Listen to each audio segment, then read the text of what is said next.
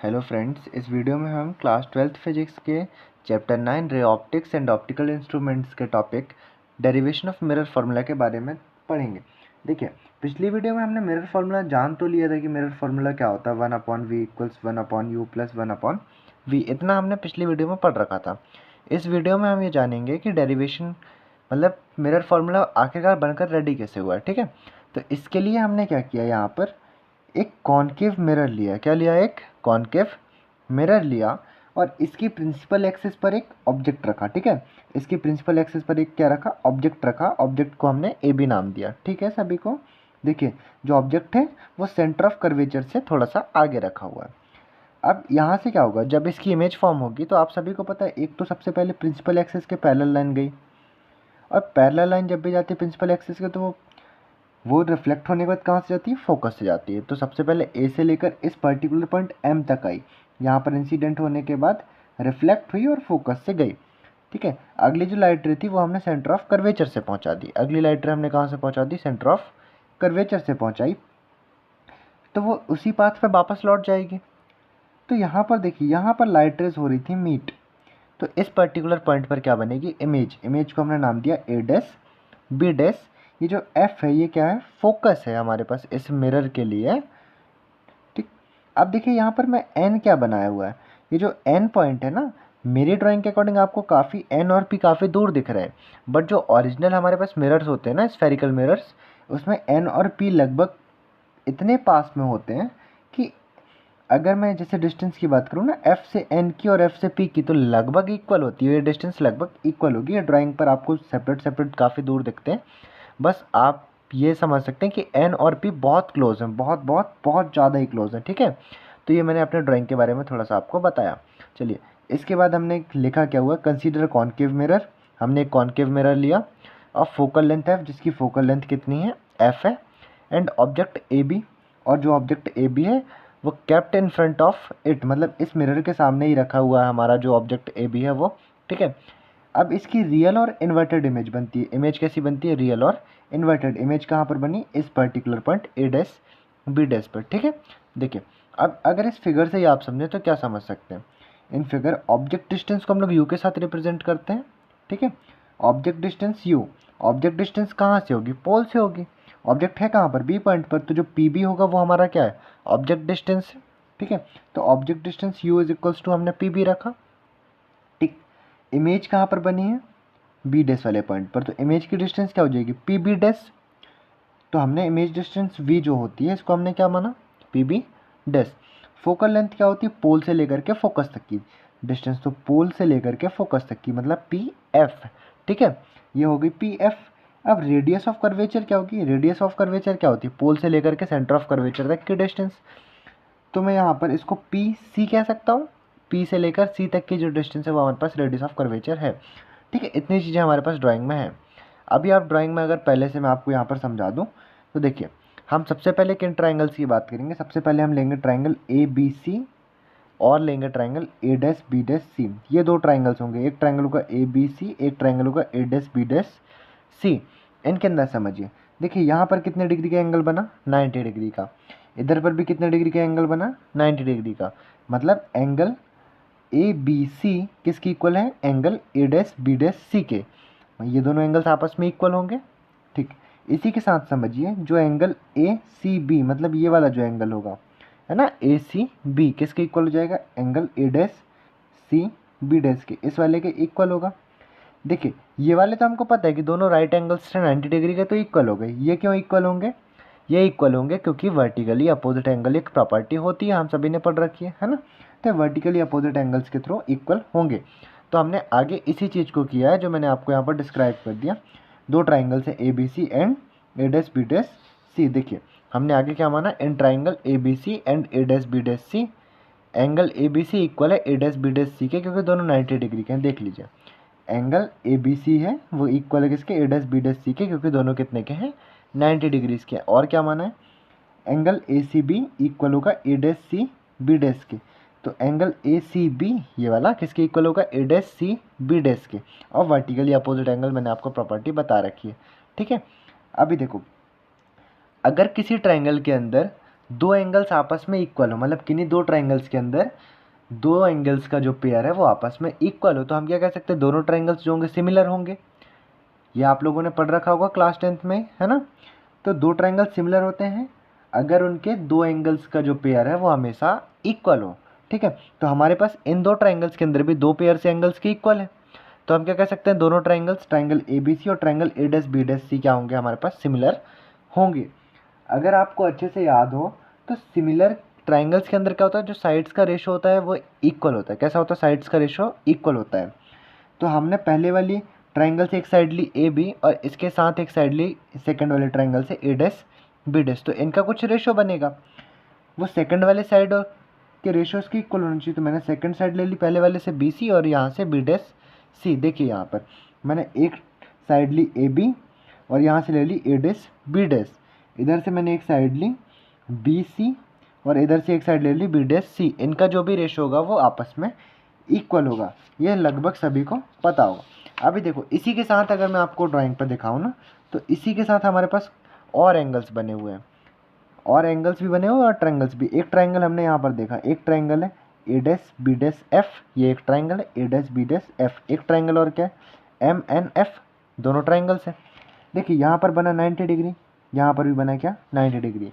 तो हम क्या कह सकते हैं, angle A dash B dash F equal होगा किसके, एंगल एम एन एफ के, जैसे हमने पिछली बार ही किया था। Angle A dash B dash F equal होगा एंगल एम एन एफ के, क्योंकि दोनों कितने के हैं, 90 डिग्रीज के हैं। अब वैसे ही देखें अगर आप, तो angle A dash F B dash, मतलब जो इधर एंगल बना है वो किसके इक्वल होगा, एंगल एम एफ एन, इस वाले के इक्वल होगा वर्टिकली अपोजिट के थ्रू, हो गया। अभी हमने पढ़ा है कि दो ट्राइंगल्स में अगर दो एंगल्स का जो पेयर है वो आपस में इक्वल, तो दोनों ट्राइंगल्स कैसे होते हैं, सिमिलर होते हैं। यहाँ पर भी दोनों ट्राइंगल्स कैसे हैं, हमारे पास सिमिलर होंगे। और सिमिलर ट्राइंगल्स में जो साइड्स का रेशो होता है वो कैसा होता है, इक्वल होता है।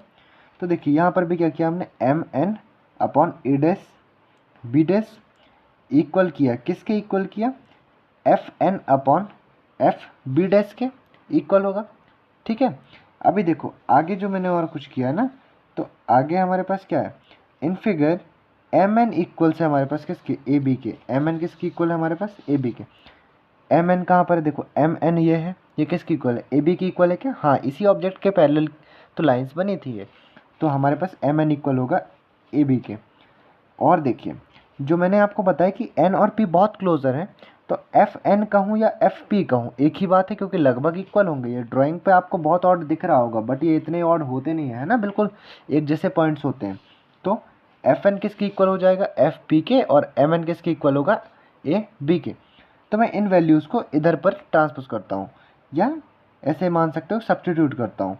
तो एम एन की जगह मैंने क्या पुट कर दिया, ए बी, तो A B upon A dash B dash हो गया। और देखिए इधर क्या हो गया, एफ एन की जगह मैंने रखा एफ पी, तो एफ बी डैश हो गया, ठीक है।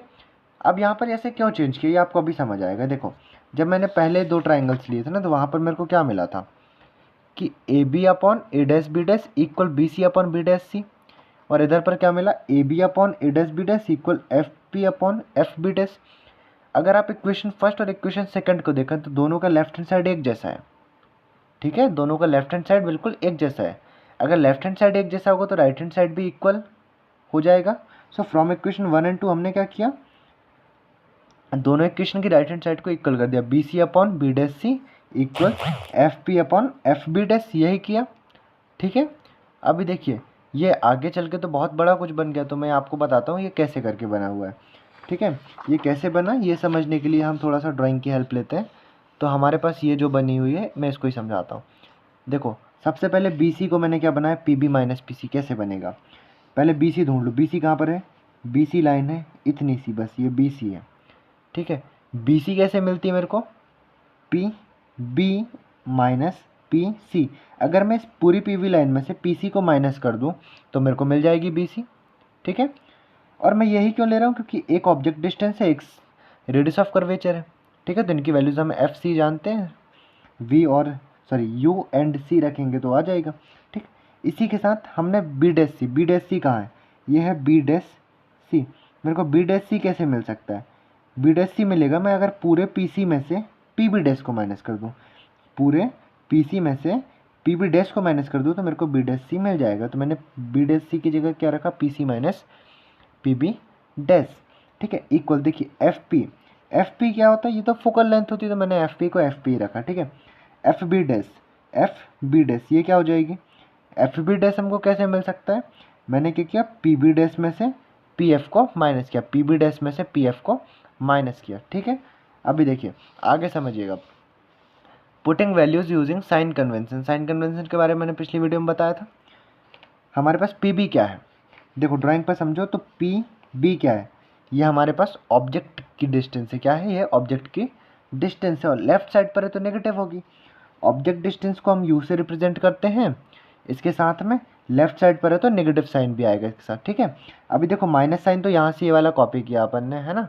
इसके बाद में पी सी क्या है, पी सी ये क्या है हमारे पास, रेडियस ऑफ कर्वेचर, और हमको पता है कि radius of curvature focal length का डबल होती है, तो मैंने इसको क्या लिख दिया 2f। नेगेटिव क्यों लिया है, क्योंकि ये भी कहाँ पर है, लेफ्ट साइड पर है, तो इसको मैंने लिखा -2f अपॉन, देखिए पी सी, वापस से पी सी की बात आई, तो ये तो -2f हो जाएगी क्योंकि लेफ्ट साइड पर है इसलिए माइनस, और 2f क्यों, क्योंकि जो हमारे पास रेडियस ऑफ कर्वेचर होती है वो फोकल लेंथ का डबल होती है, ठीक है।